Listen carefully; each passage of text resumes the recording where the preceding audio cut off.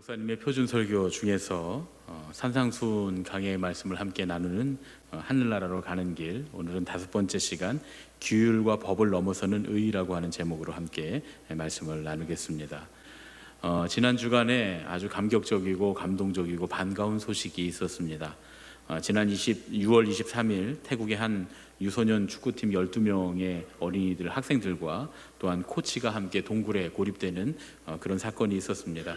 우기라 물이 차고 무너져 내려서 이들의 생사를 확인하는 것조차 쉽지 않은 그런 상황에 열흘 만에 동굴 입구에서 5km까지 수색을 한 끝에 모두가 다 생존해 있다라고 하는 것을 알게 되었습니다.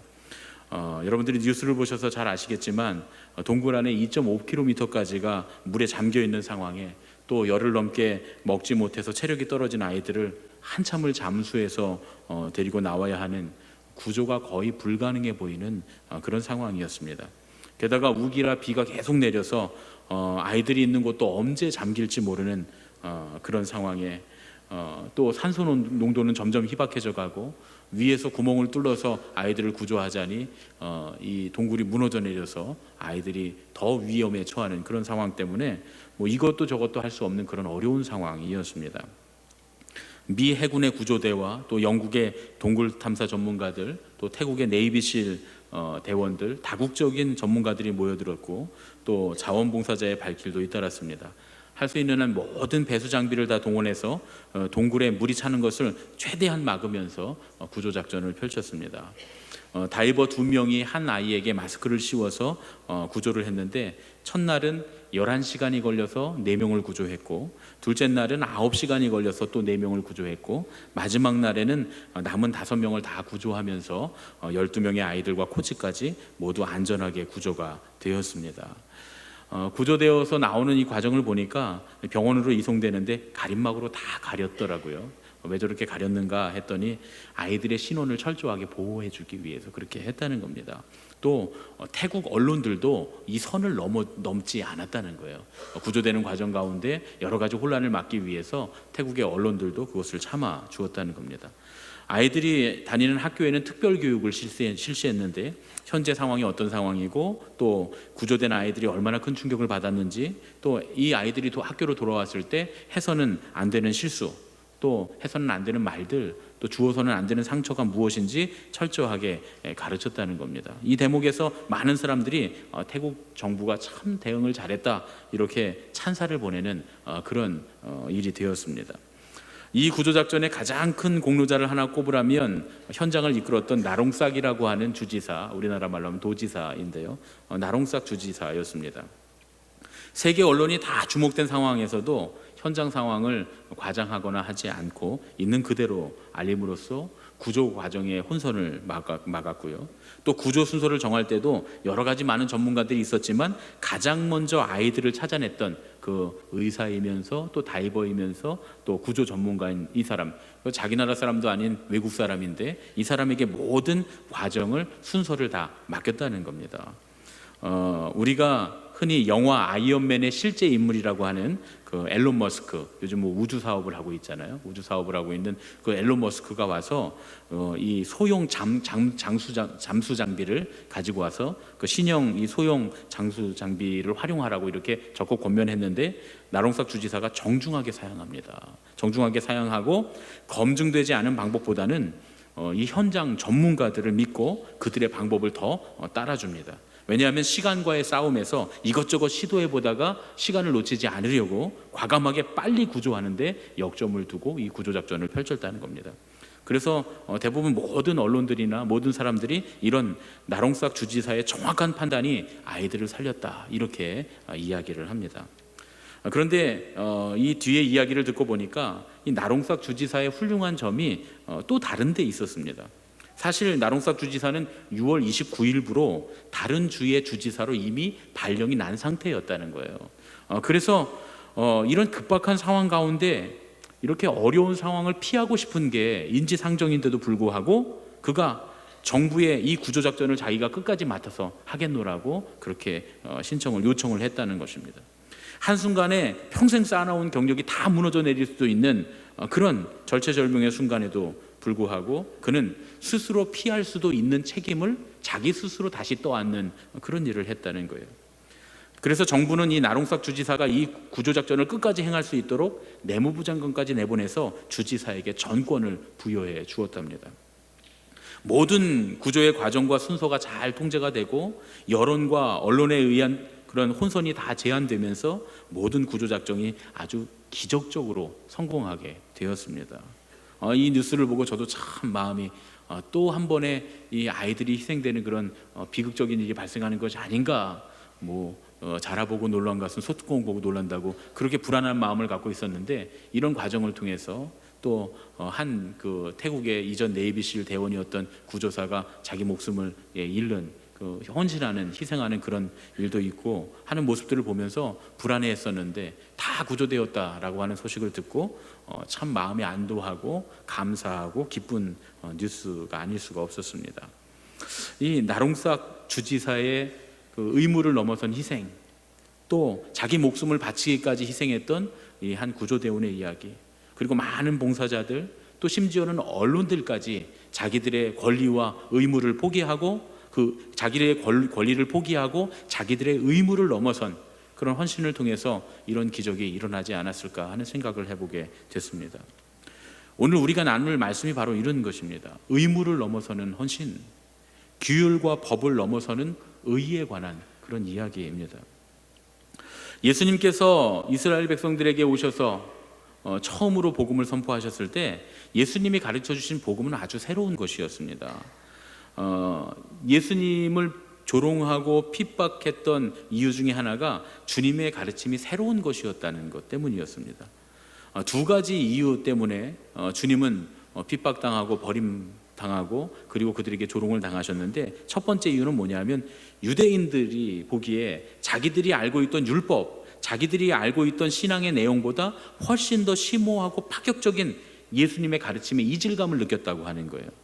자기들의 예배의 의식과 경건의 모습, 이런 것들이 아니라 주님은 영과 진리로 드리는 예배, 경건 안에 있는 진짜 능력이 무엇인지를 주님 가르치셨다라고 하는 겁니다. 또 다른 한 부분은 예수님의 가르침이 분명 새로운 것인데 그렇다고 그것이 쉬운 길은 아니었다라고 하는 거예요.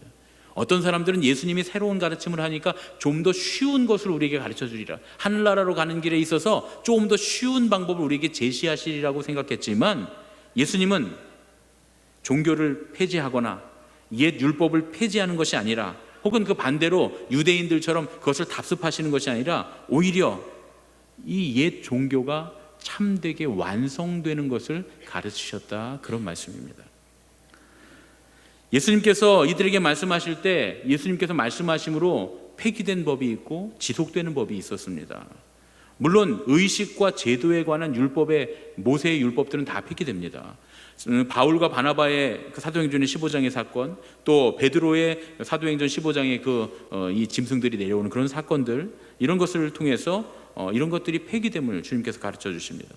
사도들, 장로들, 온 교회가 믿는 사람들로 하여금 이 모세의 율법을 지키게 하는 것이 그들의 영혼을 얽매는 것이고 이 짐을 지우지 않는 것이 성령님의 뜻이다라고 사도행전 15장 22절 이하의 이 초대교회가 그것을 밝혀줍니다. 그리고 그렇게 결정을 합니다.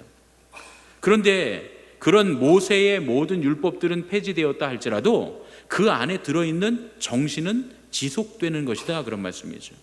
율법의 정신, 계명의 정신, 내용이 무엇이냐? 하나님을 사랑하고 이웃을 사랑하는 것입니다.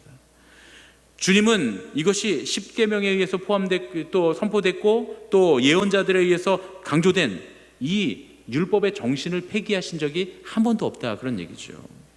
주님은 이 율법을 폐기하러 오신 것이 아니라 완성하러 오셨다, 이렇게 우리에게 말씀합니다. 그러니까 우리가 은혜로 주님의 구원을 받았으니 이제는 우리 안에 있는 모든 신앙의 행위들과 법을 버려야 한다는 것을 말하는 것이 아니다, 그런 얘기죠.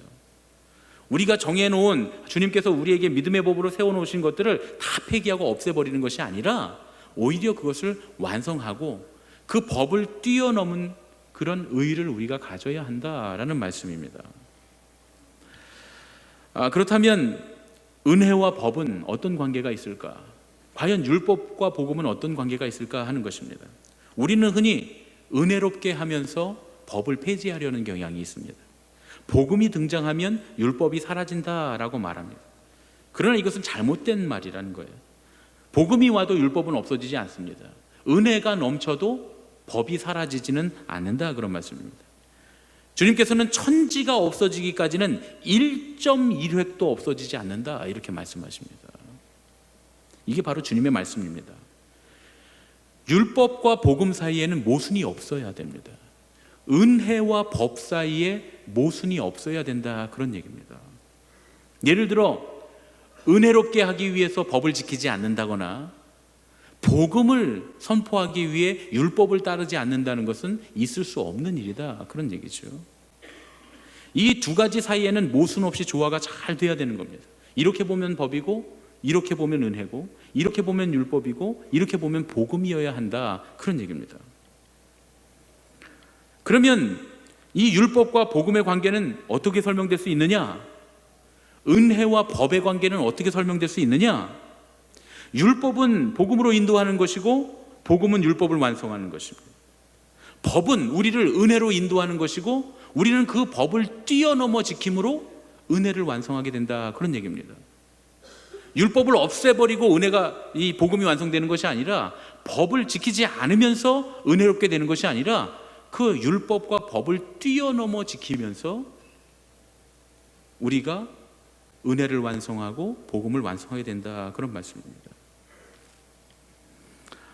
예를 들어서 이런 거죠. 쉬지 말고 기도하라, 항상 기뻐하라, 내가 거룩하니 너희도 거룩하라, 이렇게 주님께서 명령하셨다면 그것을 하지 않으면서 은혜라고 한다거나 그것을 지키지 않으면서 복음이라고 하는 것이 아니라 오히려 그것들을 다 행하면서 그것보다 한 발자국 더 앞선 신앙을, 더 나아가는 신앙을 하면서 그것을 은혜라고 하고 그것을 복음이라고 해야 된다, 그런 얘기죠. 이런 얘기를 하면 참 저도 어렵습니다. 제가 분명히 여러분께 말씀드릴 때 산상수훈을 제가 설교할 때는 여러분도 각오하셔야 되고 저도 각오해야 된다고 했습니다. 왜냐하면 여러분들이 분명히 이제 보실 때에 목사가 저렇게 설교해 놓고 자기는 은혜를, 법을 넘어서는 은혜를 갖고 있는가, 율법을 넘어서는 복음을 따라가고 있는가, 분명히 저를 보실 거거든요. 그렇죠, 여러분? 예. 그러니까 저도 위험합니다, 지금. 이렇게 얘기하는 게. 여러분들이 다 저를 보면서 말은 저렇게 해놓고 자기도 따라가지 않는구나, 이렇게 하실 수 있어요. 여러분도 마찬가지입니다. 지금 이게 너무 어려운 일이에요. 어떻게 그럴 수 있습니까? 조금 있다가 제가 바리새인과 서기관의 이야기를 할 텐데 그 이야기를 들어보면 아주 가관입니다. 도저히 우리가 감당할 수 있는 수준이 아니다, 그런 얘기죠. 과연 어떻게 할 수 있을까? 그런데 중요한 것은 우리가 외형적인 모습만을 넘어서는 것을 의미하는 것이 아니라 주님 성령님께서 우리 안에 오셔서 우리를 그렇게 만들어 가시는 거예요. 우리의 중심의 깊은 곳에서부터 우리를 그렇게 만들어 가신다, 그런 얘기죠. 어떤 사람들은 율법을 폐기하려고 합니다. 주님이 오신 것은 율법을 폐기하려고 하시는 것이다. 그러니까 모든 율법과 모든 허례와 우리가 하는 모든 신앙의 행위는 폐기되어야 한다, 이렇게 말합니다. 그러나 주님은 그렇게 말씀하시지 않습니다. 1.1획도 없어지지 않을 것이고 나는 오히려 그것을 완성하러 왔다, 이렇게 말씀합니다. 주님은 복음을 통해서 율법이 추구했던 생명과 영생을 우리에게 주시려고 오신 것이지 그 율법, 법이 추구했던 것들을 다 폐지하려고 오신 것이 아니다, 그런 얘기입니다. 오히려 주님께서는 지극히 계명의 작은 것이라도 어긴 사람을 율법 전체를 범한 것으로 간주해서 하늘나라에 합당하지 않은 사람이라고 우리에게 말씀하십니다. 우리는 주로 죄가 무거운가 가벼운가를 따지잖아요. 이게 좀 가벼운 죄인가 무거운 죄인가, 또 혹은 죄를 많이 졌는가 적게 졌는가를 따지잖아요. 그래서 가끔 이제 저한테 오셔서 제가 아주 제일 곤란스러워하는 게 바로 그건데, 이 양쪽이 오셔갖고 그 사람은 이렇게 잘못했고 이렇게 잘못했다는 거예요. 또 그 반대편이 오셔서 저 사람은 그렇게 잘못했고 이렇게 잘못했다는 거예요. 그 따져보면 다 서로 잘못했어요. 근데 물론 누가 더 잘못했고 누가 덜 잘못했고는 있겠지요. 그래서 우리는 뭐라고 생각하냐면 내가 그 사람보다는 덜 잘못했기 때문에 내가 옳다는 거예요. 여러분 그렇지 않습니까? 우리 서로 이렇게 부딪혀서 뭔가 갈등이 있다 보면 다 잘못이 있잖아요, 양쪽에. 어떻게 한 사람만 100% 잘못이 있고 한 사람은 0%겠습니까? 7대 3일 수도 있고 6대 4일 수도 있고 5대 5일 수도 있고 9대 1일 수도 있습니다. 그럼 우리는 누가 더 많이 잘못했는가, 누가 더 무겁게 잘못했는가를 따지지만 주님은 안 그러신다는 거예요. 주님은 죄의 경중이나 죄의 다수가 중요한 것이 아니라 죄의 유무가 중요하신 분이다. 이렇게 우리에게 말씀합니다. 하나님은 티끌만한 죄라도 용납하지 않으시는 거예요. 그런데 우리는 누가 더 많이 잘못했는가, 누가 더 무거운 잘못을 했는가를 가지고 따진다는 거예요. 그렇지 않다 그런 얘기입니다. 그런데 이렇게 하나님의 계명을 어기는 것, 나는 조금 잘못했으니까 괜찮지, 나는 적게 잘못했으니까 괜찮지 라고 생각하는 건 내 자신만의 문제는 아니라는 겁니다. 여러분, 우리 주변에 우리를 따라오던, 우리의 신앙을 쫓아오던 후배의 신앙인들이 갑자기 신앙을 버린다거나 신앙이 갑자기 방탕해진다거나 하는 모습들을 보면서 아니 왜 저 사람이 저렇게 됐을까? 혹은 우리의 자녀들이 부모는 열심히 신앙생활하고 교회 나와서 열심히 예배를 드리는데 왜 우리 자녀들은 예배를 잘 안 나오고 신앙생활을 잘 안 할까? 의아하신 분들이 계실 거예요. 웨슬리 목사님에 의하면 이런 건 어떤 경우냐면, 우리가 작은 것이라고 하나님의 계명을 어기는 것, 이게 작은 거니까 하고 무시하면서 지나갔던 것들이 오히려 다른 사람들에게 나처럼 계명을 어겨도 된다고 하는 그릇된 신호를 보낸 것이라는 거예요. 우리는 작은 것이니까 괜찮다라고 생각했지만 다른 사람들은 아, 계명을 어겨도 괜찮구나 라고 하는 신호를 받아들여서 우리보다 더 큰 계명들, 더 많은 계명들을 어기면서 주님 앞에 나오지 않게 된다, 그런 얘기입니다. 다시 말하면 작고 큰 것이 중요한 것이 아니고 많고 적음이 중요한 게 아니라 우리가 주님 앞에 올바로 사는 것이 중요하다, 그런 얘기입니다. 그런데 예수님 뭐라고 말씀하시느냐?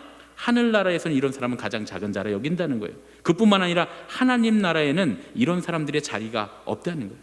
아무런 분깃도 없다는 거예요. 신앙생활을 하면서도 성령 안에서 의와 평화와 기쁨을 맛볼 수 없다는 겁니다.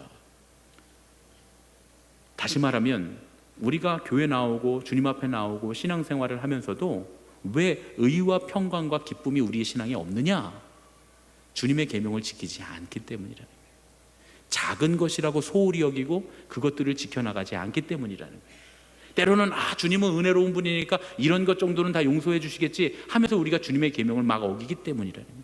그러면 우리 안에 성령께서 주시는 의와 평강과 희락은 사라진다, 그런 말씀입니다. 물론 장차 나타날 하나님의 영광에도 참여하지 못한다는 것입니다. 특히 교회의 지도자들, 사역자들, 목회자들, 직분을 맡은 직분자들에게 막중한 책임이 있다, 웨슬리 목사님이 이렇게 말씀합니다. 제가 이 설교를 준비하면서 저도 부담이 된다는 말씀드린 게 바로 이런 부분입니다. 이 설교를 준비하면서 이런 말씀에 대해서 깊이 묵상하고 있는데 친구 목사님을 만났어요. 친구 목사님 만났는데 무슨 얘기를 하냐면, 이제 이 큰 교회의 수석 목사님이거든요. 수석부 목사님인데 담임 목사님은 이제 유명한 부흥사 목사님입니다. 이 목사님이 처음부터 몇 명 되는, 몇 명 안 되는, 10명도 안 되는 분들을 데리고 개척을 했는데 지금은 아주 큰 교회 목회를 하시는 그런 교인들이 아주 많아진 그런 교회 목사님이신데요. 이렇게 설교를 하다가 그런다는 거예요. 아무개 권사님, 그렇게 신앙생활하면 안 돼, 천국 못 가. 저희 가서 찌그러져 있어. 그렇게 신앙생활하면 천국 못 가요. 이렇게 얘기한다는 거예요. 예를 들어서 특별한 기도회가, 교회 안에 특별한 기도회를 하고 있는데 어느 권사님들이 기도회를 안 나왔어요. 그러면 주일날 이렇게 아무개 권사님, 교회에서 특별 기도회 하는데 안 나왔지? 저희 가서 찌그러져 있어. 그렇게 신앙생활하면 천국 못 가, 이렇게 얘기한다는 거예요. 근데 희한하게도 그 권사님들이 아주 죄송한 표정을 지으면서 가서 찌그러져 있다가 회개하고 목사님한테 와서 목사님 잘못했습니다, 이렇게 한다는 거예요. 그게 너무 희한하더라는 거예요. 처음에 너무 희한하더라는 거예요. 그래서 그 모습들을 가만히 보면서 그런 얘기를 했더니 우리 제 친구 사모님이 그러시더라는 거예요. 친구 목사님 사모님이 당신은 절대 어설프게 흉내내지 마, 그러더라는 거예요. 제가 그 말씀을 가만히 들었는데 그래, 어설프게 흉내냈다니 큰일 날 일이다 생각을 했습니다. 왜냐하면 이 신앙에 대해서 올바로 지도하는 것, 이것은 그 목사님이 신앙에 대해서 올바로 살아가고 있기 때문입니다. 그러니까 처음 개척 때부터 이분이 얼마나 신앙으로 올바로 살아가려고 애쓰는 모습을 알고 있으니까 교인들도 목사님이 잘못했다 그러면 그게 진짜 잘못한 거라고 마음속 깊이 깨닫게 된다는 거예요. 그러니까 이미 서로에 대해서 다 알고 있고 그 부분에 대한 신앙에 어떤 정리가 되어 있기 때문에 그게 된다는 거죠. 예를 들어서 제가 지금 이렇게 보면서 아무개 장로님, 아무개 권사님 이번 특별 새벽기도 안 나왔으니까 저희 가서 찍으러 계세요. 그러면 우리 교회는 큰일 나겠죠, 그렇죠? 그러면 저한테 그러겠죠. 오 목사님이나 잘하시라고 말이죠. 예, 그럴 수 있습니다.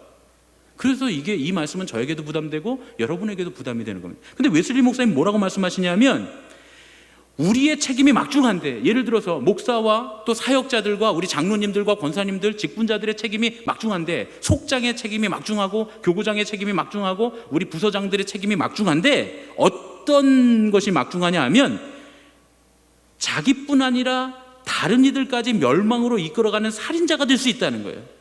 직분자들의 범죄가 심각하다는 거예요. 근데 그 범죄는 뭐냐 하면 사소한 계명들을 지키지 않는 것들, 혹은 경건의 능력을 부인하고 허리를 동이고 불을 항상 켜고 준비해야 될 것들을 권면하는 계명. 다시 말하면 여러분들이 신앙생활을 할 때 목사가 내가 이런 얘기하면 이거 어떻게 생각할까? 혹시 교인들이 마음의 상처를 입지는 않을까? 또 이것 때문에 고민하지 않을까? 괴로워하지 않을까? 그러다 신앙을 버리면 어떡하지? 이런 고민들 때문에 마땅히 신앙의 지도를 해야 하는데 하지 않는 것, 그것이 바로 살인자이자 범죄라는 거예요.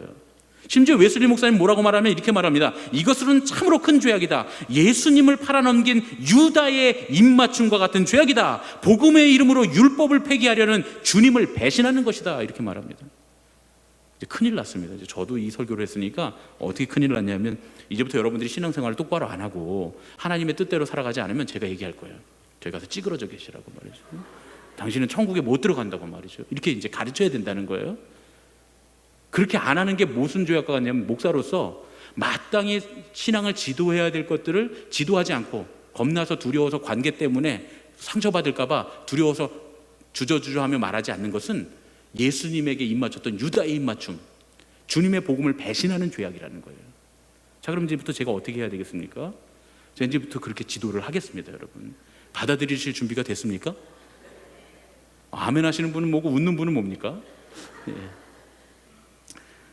그런데 중요한 건 그렇게 해야 하는데, 우리 직분자들이 그것을 외면하는 것이 우리에게 있어서는 큰 죄악인데, 목사나 또 장로님들이나 권사님들이나 직분자들, 사역자들, 또 우리 속장님들, 교구장님들, 또 부서장님들이 하나님 앞에 올바로 가도록 교인들을 인도하고 지도하고 이야기해야 되는 것이 마땅하고, 그렇게 하지 않는 것이 큰 죄악인데, 그런데 여기에 믿음이 필요하다는 거예요. 어떤 믿음이 필요하냐? 사랑으로 역사하는 믿음이 필요하다는 거예요. 다시 한번 무슨 말이냐면, 사랑으로 일하는 믿음, 사랑으로 행하는 믿음이 필요하다는 거예요. 그 동기가 저렇게 교회도 안 나오고 말이야, 직분을 권사 직분씩이나 받아갖고 기도회도 안 나오고 그러니까 얄미워서 찌그러져 있으라고 지옥 간다고 하는 게 아니라, 정말 그 영혼을 사랑하는 마음, 동기도 사랑하는 동기, 방법도 사랑의 방법, 과정도 사랑의 과정을 거쳐서 그렇게 권면하고 그들을 이끌어야 한다, 그런 얘기입니다.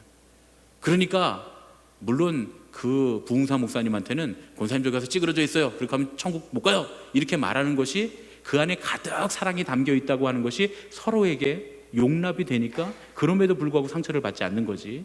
만약에 제가 그렇게 한다면 저 목사님은 날 사랑하지 않는구나, 사랑의 방법이 아니다, 그런 얘기죠. 저는 오히려 반대로 권사님 이렇게 신앙생활 하시면 우리의 신앙이 죽고 우리의 영혼이 죽어갑니다, 우리가 잘 신앙생활을 해야 되지 않겠습니까? 하고 부드럽게 해야 된다, 이런 얘기죠. 이렇게 말했으니까 또 큰일 났습니다. 이제 제가 이제 막 혼을 내고 이러면 이제 또 이제 그러실 거 아니에요. 목사님, 사랑의 방법으로 해야 될 거 아닙니까? 사랑의 의도로 해야 될 거 아닙니까? 예, 맞습니다. 저 스스로에게도 다짐하는 거고, 여러분도 다짐하는 거고, 하나님이 오늘 저에게도 말씀하시는 것이고 여러분에게도 말씀하시는 것입니다.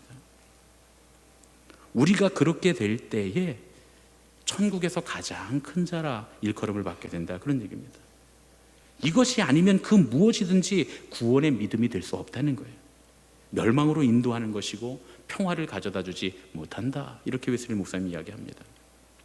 그러면 이제 바리새인들과 서기관들의 의보다 나아야 한다, 예수님 말씀하셨는데, 이 바리새인들보다 서기관들의 의보다 우리가 나을 수 있느냐에 대한 이야기를 함께 나눠보겠습니다.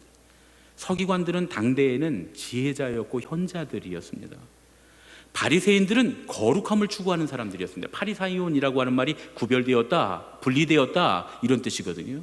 근데 이 구별되었다, 분리되었다라고 하는 말은 원래 히브리어의 카도시, 거룩하다라고 하는 말의 원래 뜻과 똑같은 뜻입니다.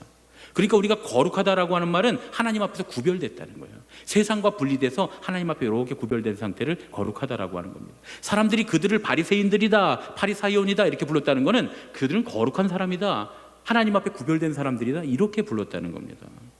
이 사람들의 의는 다른 사람들처럼 토색하지 않고 불의하지 않고 간음하지 않았습니다. 일주일에 2번 금식했습니다. 소득의 모든 11조를 드렸습니다.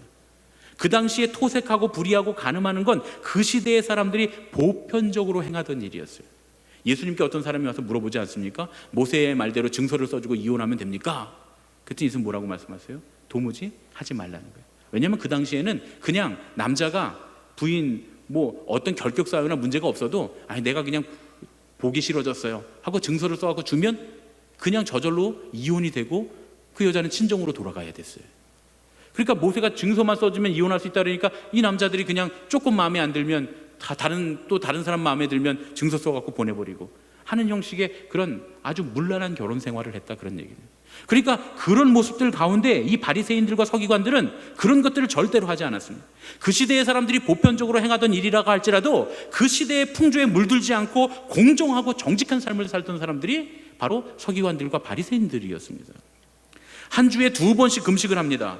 모세가 돌판을 받았던 월요일에, 또 모세가 금송아지를 막 섬기는 그 이스라엘 백성들을 보며 그 돌판을 깨뜨렸던 목요일에, 월요일과 목요일에 항상 금식을 합니다. 그럼 금식을 하면 그냥 가만히 앉아서 밥만 굶고 있느냐? 아닙니다. 성전에 가서 봉사를 합니다. 성전에 가서 설거지도 하고 빨래도 하고 허드렛 일 청소도 하고. 그러니까 우리가 생각할 때 바리새인들과 서기관들은 늘 거룩한 옷만 입고 다 이렇게 거룩한 척만 했다고 생각하는데 절대 그렇지 않습니다. 금식하는 날에는 가서 성전 가서 팔 걷어붙이고, 우리 교우들이 주일에 와서 막 밥을 봉사하고 우리 권사님들, 장로님들, 집사님들이 막 팔 걷어붙이고 설거지하는 것처럼 그렇게 바리새인들도 일주일에 2번을 그렇게 했다는 거예요. 일주일에 2번을. 여러분, 그럼 그것뿐만 아닙니다. 금식하고 하나님의 말씀을 읽고 기도하고 율법서를 읽고 예언서를 묵상했습니다. 이들이 드린 소득의 11조는 아주 작은 것이라 할지라도, 우리말로 하면 10원짜리 하나라 할지라도 11조를 정확하게 구별해서 드렸습니다. 예외 없이 적용됐습니다. 11조를 제사장과 레위인에게 먼저 줍니다. 그거 갖다 바쳐요. 또 11조를 가난한 사람들에게 또 갖다 줍니다. 또 구제를 위해서 또 11조를 씁니다. 우리는 흔히 이런 논쟁을 하잖아요. 목사님, 우리 교회 말고 저기 저 시골에 힘들고 어려운 교회, 또 혹은 개척교회, 혹은 선교지, 이런 데 내가 11조를 해서 그쪽으로 11조를 드리면 하나님께 드리는 11조 아닙니까? 꼭 교회에다 11조를 해야 됩니까? 이런 거 여쭤보잖아요. 또 그런 거 있어요. 내가 저기 어려운 사람, 가난한 사람, 이런 사람들 내가 내 소득의 10분의 1을 구별해서 그 사람들에게 주면 내가 하나님께 드린 11조 아닙니까? 꼭 교회에다가 갖다 바쳐야 11조입니까? 이제 우리는 이런 걸 갖고 논쟁을 하는데, 바리새인들과 서기관들은 그런 논쟁을 하지 않았어요. 교회는 교회에 11조 내고, 또 선교지에는 선교지 11조 내고, 어려운 사람에게는 또 어려운 사람 11조를 내고, 구제하는 일에는 또 구제하는 11조를 내고, 기록에 의하면 바리새인들과 서기관들은 자기 소득의 10의 5조를 냈다는 거예요. 무슨 말씀인지 아시겠죠? 이 11조를 어디다 낼 것이냐 고민한 게 아니라 마땅히 10의 1을 해서 구별을 해서 구제를 하거나 드려야 하는 곳이 있다면 다 드렸다는 거예요. 그러니까 결국은 10의 1조가 아니라 10의 5조를 했다는 거예요, 이 사람들이요. 자, 여러분, 이게 가능합니까?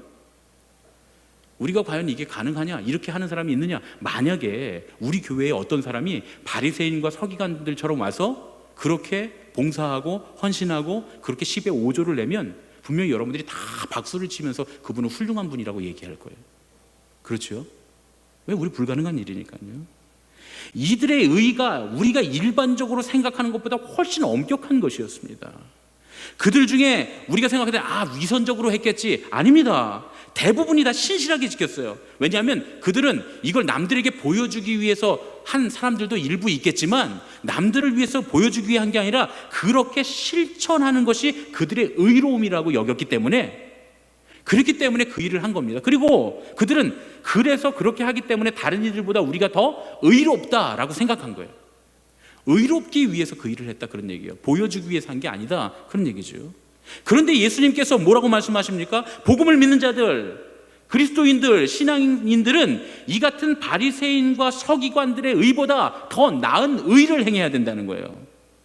여러분, 우리 스스로에게 진지하게 물어봐야 합니다. 웨슬리 목사님 이렇게 얘기합니다. 우리는 과연 그들보다 나은가? 정말로 세상 사람들과는 다른 삶을 사는가? 구별된 삶을 사는가? 세상의 그릇된 흐름에 분연히 맞설 용기가 있는가?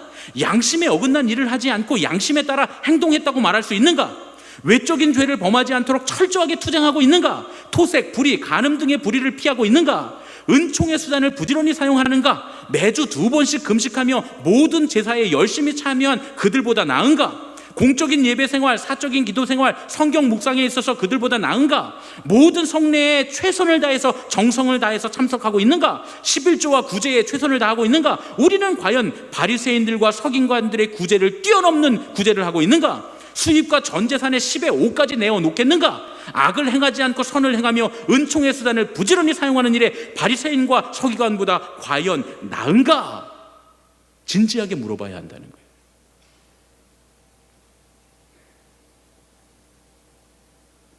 어렵겠죠? 불가능해 보이지 않습니까? 그래서 산상수훈을 할 때 우리가 각오해야 한다는 거예요. 여러분만 아니라 저도 각오해야 한다는 겁니다. 주님이 뭐라고 말씀하시냐면 우리의 의가 그들의 의보다 낫지 않으면 결코 하나님의 나라에 들어갈 수 없다는 겁니다. 결코 못 들어간다. 심각하지 않습니까? 우리의 의로움이 그들의 의로움보다 본질적으로 나아야 한다는 거예요. 서기관들과 바리새인들의 의는 율법을 표면적으로 지켰기 때문입니다. 이제 우리는 큰일 났습니다. 이제 다 10의 5조를 해야 하고 더 해야 되니까 한 10의 6조 정도 해야 되고요. 교회에 그들은 이틀 나와서 봉사했으니까 우리는 3일 나와서 봉사해야 되고요. 예. 우리는 더 구제해야 되고요. 더 열심히 해야 될 것 같습니다. 그런데 바리새인들보다 우리의 의가 나으려면 그런 행위가 더 많아져야 한다는 것은 아니다 라고 하는 겁니다. 그들은 그들이 의롭다 라고 하는 것을 드러내기 위한 것으로 그 방법들, 은총의 방법들을 사용했다. 신앙의 규율들을 사용했다. 그런 얘기입니다. 그 내적인 변화로까지 나아가지 못했다는 거예요. 당시의 바리새인들과 서기관들에게 율법은 말 그대로 법이었습니다. 물론 그들의 법과 우리의 법은 달라서 우리의 교회에서 정해놓은 법들은 지금 율법에 정해놓았던 바리새인들과 이 서기관들의 법보다는 훨씬 느슨한 법입니다. 가장 기초적인 법만을 두고 있습니다. 그러니까 바리새인들의 의보다 우리의 의가 더하려면 최소한 우리가 만들어 놓은 신앙의 법들은 우리가 잘 지켜야 한다는 거죠. 예, 비교적 상대적으로 말이죠. 워낙 그 당시에 불법이 횡행하니까 이들이 구별된 사람으로 존경받는 사람들이 되어 있었던 겁니다. 그런데 준법 생활로 하나님의 계명을 지켰던 서기관들과 바리새인들과는 달리 우리는 그 율법을 법으로 지킬 필요는 없습니다. 우리가 정해놓은 신앙의 은총의 수단들, 기도하고 묵상하고 또 예배드리고 또 신앙의 행위들을 해나가는 것들, 교회의 규율을 지켜나가는 것들, 이런 것들로 충분하다 그런 얘기죠. 그런데 그것만 지키면 바리새인들의 의보다 우리의 의가 나을 수 없다는 거예요. 그럼 어떻게 해야 되느냐? 그 하나님의 계명을 지키는 것이 우리의 내면에서부터 자발적으로 나와야 한다는 거예요. 왜 이것들을 지켜야 하는가? 왜 이 일들을 해야 하는가? 우리가 10의 5조가 아니라 100의 1조를 하더라도 내 삶의 모든 것이 다 주님의 것임을 온전히 고백하는 그 신앙의 고백으로부터 11조가 아닌 101조가 나와야 한다는 거예요. 그러면 그것은 100의 1조를 할지라도 11조보다 하나님 더 크게 받으신다 그런 얘기죠. 우리의 삶의 모든 것이 주님의 것이고 우리는 늘 부족하다고 하는 그 가난한 마음이 우리에게 있어야 된다 그런 얘기입니다. 거기에서부터 우러나와서 법을 뛰어넘는 믿음, 우리가 정해놓은 최소한의 신앙의 은총의 수단들과 우리가 정해놓은 최소한의 교회 안에 있는 규율들을 안 지키는 게 아니라 그걸 지키면서 넘어서서 자발적으로 더 지키는 믿음이 우리에게 있어야 그것이 천국으로 가는 믿음이다 그런 얘기입니다. 우리가 그동안 그렇게 해왔으니까, 남들이 그렇게 하니까 어쩔 수 없이, 혹은 교회의 직분을 받기 위해서, 혹은 내 직분을 지키기 위해서 권사 정도 되면 이 정도 해야 되니까 예배에 나오고 기도하고 묵상하고 구제하고 금식하고 교회의 규율을 지키고, 그런 것들은 바리새인의 의로움과 하나도 다를 게 없다, 그런 얘기예요. 그리스도인의 의는 외형적인 생활의 변화만이 아니라 영혼의 깊은 곳에서부터 변화하는 것입니다. 이것이 우리의 내면에서 우러나오는 의로움이 되어야, 행위로서가 아니라 우리의 내면에서부터 올라오는 그 의로움으로써 바리새인들과 서기관의 의를 뛰어넘는 의로움이 될 수 있다, 그런 말씀입니다. 여러분, 조금 가벼워지셨습니까? 그런데 여러분, 결코 가볍지 않습니다. 차라리 바리새인들이나 서기관들보다 행위를 더하는 것이 쉬울 수도 있습니다. 이것은 성령님께서 온전히 우리 안에 오셔서 하나님의 말씀이 우리를 주관해서 우리의 내면부터 바뀔 때에 일어날 수 있는 일이기 때문입니다. 어쩌면 행동은 덜해도 더 의로우려면 그것은 행동을 더하는 것보다 더 어려울 수도 있다, 그런 말씀입니다. 제가 이렇게 뚱뚱해진 데는 큰 역할을 하신 분이 한 분 계십니다. 물론 여러분들도 큰 역할을 하셨어요. 제가 여기 올 때, 처음 올 때 94kg였는데 지금 100kg가 나가거든요. 제가 지금 6kg가 더 쪘어요. 하늘빛 교회 와서. 작년에 대신방 하면서 6kg가 더 쪘는데 내려가질 않습니다. 지금 뭐 저녁을 굶고 막 해도 내려가질 않아요. 그런데 사실은 이렇게 역할을 하시는데 제일 큰 역할을 하신 분은 제가 8년 동안 전도사 생활을 했던 그 세광교회 정 목사님이시거든요. 김대한 목사님이 얼마 전에 이제 저랑 학교를 같이 다녔으니까 오 목사님은, 우리 담임 목사님은 옛날 학교 다닐 때부터 이렇게 뚱뚱했다는 거예요. 그래서 제가 아니라고, 사진을 보여줬어요. 나 학교 다닐 때 이 모습이니까 깜짝 놀라면서, 아니 학교 다닐 때 엄청 날씬했네요. 근데 왜 그때나 지금이나 똑같지? 이렇게 생각이 든다는 거예요. 왠지 그 느낌적인 느낌이라 그런 거고, 저는 그래도 학교 다닐 때 80kg를 넘어본 적이 한 번도 없습니다.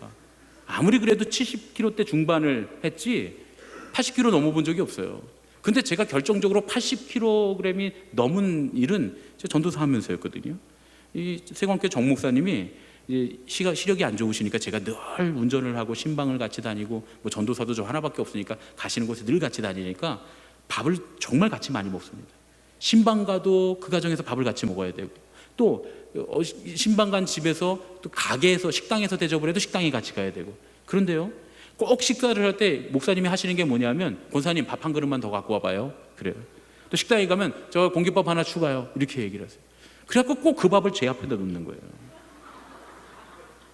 그때 제가 교회 교육관에 쓸쓸하고 외롭게 살았거든요. 그러니까 교회 교육관에 살면서 늘 외롭고, 뭐 누가 챙겨주지 않으니까 늘 배고픈 이 총각 전도사를 사랑하는 마음에 나랑 다닐 때라도 한 그릇 더 먹여야, 그래서 주신 건데 그 사랑이었습니다. 근데 저도 사실은 늘 2공기 먹을 수는 없잖아요. 1공기만 먹어도 배부르단 말이죠. 그래서 제가, 목사님 저는 제 몫을 다 했습니다, 그렇게 말하면 목사님이 어김없이 이렇게 얘기했어요. 그리스도인은 자기 목이 상하는 거야. 그럼 목사님은 왜 1공기 드세요? 나는 내 몫이 반 공기야. 원래 체구가 좀 작으시거든요. 저는 좀 이제 체구가 좀, 등치가 좀 있잖아요. 그러니까 늘 그러셨어요. 그래서 그때부터 신방 가면 2그릇 먹어야 되는구나, 그렇게 생각을 했습니다. 그때부터는 처가에 가도 장모님한테 1그릇 더 달라고 하고, 꼭 2그릇씩 먹는 거예요. 신방 가도 권사님 1그릇 더 주세요. 꼭 1그릇씩 더 먹는 거예요. 그래서 80kg를 막 넘어가더니 90kg 가까이 막 찌더라고요. 그런데 그렇게 되고 나니까 다들 좋아해요. 우리 장모님이 제가 밥을 더 먹는 걸 그렇게 좋아하십니다. 어떤 때 그래서 3그릇도 먹을 때도 있어요. 배가 고파서가 아니라 장모님 좋아하시라고 말이죠. 우리 교인들도 그렇게 좋아해요. 제가 1그릇 더 먹는다 그러면 다들 좋아하세요. 다, 뭐 남 얘기 아니고 다 좋아하셨잖아요, 제가 신방할 때. 그리고 제가 1공기 먹으면 목사님 1공기밖에 안 드셔서 섭섭하다고 말이죠. 1공기 더 드셔야 된다고. 그럼 섭섭하다는데 어떻게 합니까? 제가 1공기 더 먹어야죠. 그 1공기 더 먹었습니다. 근데 그렇게들 다들 좋아하세요. 그래서 제가 이렇게 살이 찐 거잖아요. 예, 웃으시는데 맞습니다. 우스갯소리입니다. 그런데 그때 하셨던 말씀이 늘 기억에 남아있어요. 신방을 할 때마다, 밥을 먹을 때마다 그리스도인은 자기 목 이상하는 거야, 그 말씀이 가슴에 늘 남아있어요. 그렇지, 그리스도인은 자기 목 이상하는 거지. 그것만큼 하는 거 아니지. 신앙인은 자기 목 이상하는 사람들입니다. 우리는 바리새인들과 서기관의 의를 뛰어넘을 수 있도록 힘써야 됩니다. 법을 어기고 룰을 깨는 것이 은혜로운 것이어서는 안 되죠. 오히려 그것을 넘어서는 것이 은혜로운 것입니다. 자기 몫의 신앙생활을 하지 않으면서 은혜를 말하는 게 아니죠. 자기 목 이상의 신앙생활을 하는 것이 은혜입니다. 그럴 때에 비로소 바리새인과 같이 행위만을 더하는 것이 아니라 오히려 행위는 덜해도 더 나은 의를 행할 수 있게 된다, 그런 말씀입니다. 여러분, 우리 옆에 계신 분들과 오늘 이렇게 인사했으면 좋겠습니다. 자기 목 이상합시다.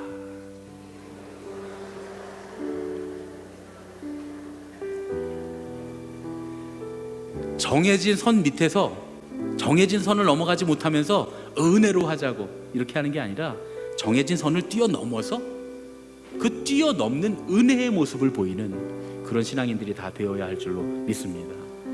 마음 깊은 곳에서 성령님께서 우리에게 역사하셔서 바리새인보다 서기관보다 더 큰 의를 행하는 자기 목 이상하는 신앙인들이 다 될 줄로 믿습니다. 이 시간에 우리